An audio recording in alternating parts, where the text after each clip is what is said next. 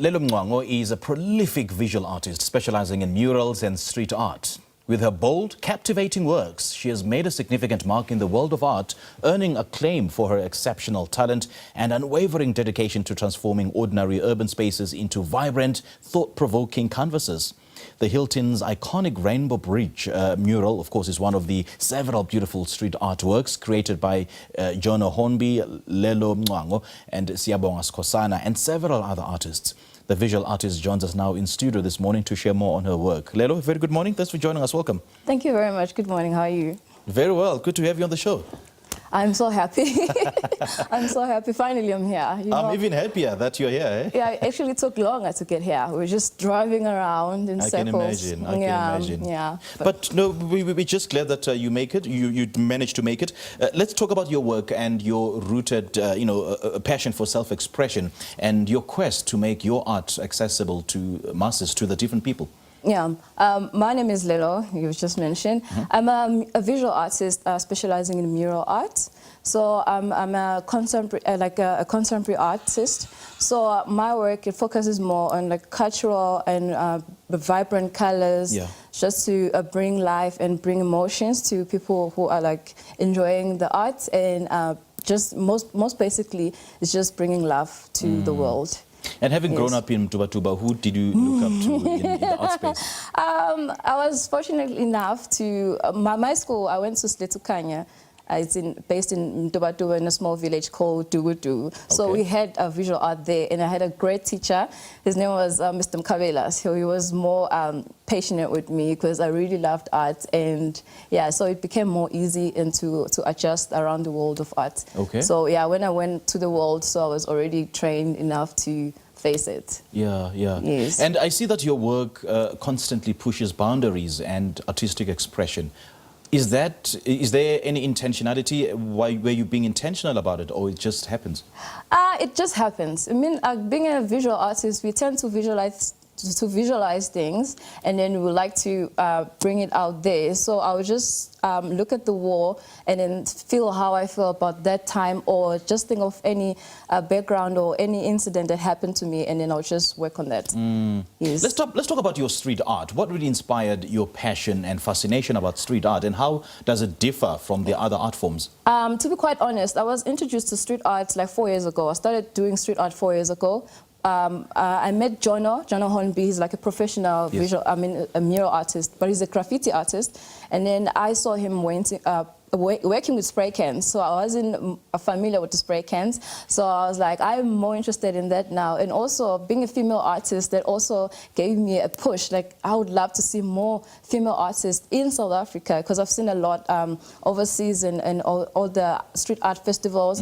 So I was like, I would love to be part of it, and then I would love to push those boundaries, like being out there, climbing out the scaffoldings, the ladders, produce something that is huge and big and inspiring to being a female artist. Do your paintings tell a certain or a particular story, or you just inspired by an event or something and then you just translate that into art? Yes, I get more inspired by the event. And on one of the murals that I did, like my first mural of my self-portrait, that one, it was my first mural using spray cans. So I was like, whatever that I produce here, this is me. So now this is my face. So I didn't want to try anyone else. So I'm like, this is my face, and this thing, it will be here forever. And then also, this is my image to the street world. And being a female artist, I'll keep going back there, because I've been meeting like a lot of young artists, and then female artists, they were like, they're not that comfortable enough to go out there and then just being on the street, being public, and then being approached by a lot of people while working. And then I said, imagine having your portrait, like a big scale of your portrait, and then you find another girl, like a small girl, and then she'll be looking at that painting and be like, yeah, I want to paint more. And then so I ended up having like a workshop with a female artist. Okay. Yeah, so it was something that is nice, and I'm willing to pursue, like to train more female artists. So you're now a fully fledged spray can artist, or you just dabble with the different art forms, and well, paint or any other tools? I do paint. I do use brushes, canvas, but now, especially for this past few years, strictly street art. Okay. I've been getting a lot of bookings, and so I've been kind of busy. And I want us to talk about, you know, your favorite, well, not favorite, but a particular portrait that is close to your heart, where, you know, you've painted a lady carrying a baby on her back. What's that about? What's the story behind that? And I hope that my colleagues will just bring it up on screen. With that one, I just went back on my background, how I grew up. So I grew up with my granny. It was only her and with my two siblings. Yeah. There was Vuiso and Tabiso, so they're also creative. So having me experiencing her struggles with all the weight and everything, all her by herself. So I was like, I would love to portray like a nice painting, just to show like all like me appreciating her. Okay. And also it was kind of sad because I couldn't use her picture, so I had to ask my friend so that I can use her as a reference. Okay. So looking at that mural, she's wearing like a suit, yes, like a formal dark suit. And then she's carrying a baby with the nice bright colors at the back. But looking at that, there's like a shadow. So a shadow for me, it represented anything that could come our way that I'm not aware of. So that's why I kept it like dark and behind us. And also looking at the baby, she's just happy staring at whoever is watching that image, because I'm the one who's left here. So I'm gonna have to face everyone. And then she's just looking down on me as if like I've done my work. So now this is your turn. And now just bring life, bring out color. That's why she's wearing nice, bright, vibrant colors. Ooh, and she's girl, so I beautiful. love the symbolism. Thank you. She's just looking so beautiful.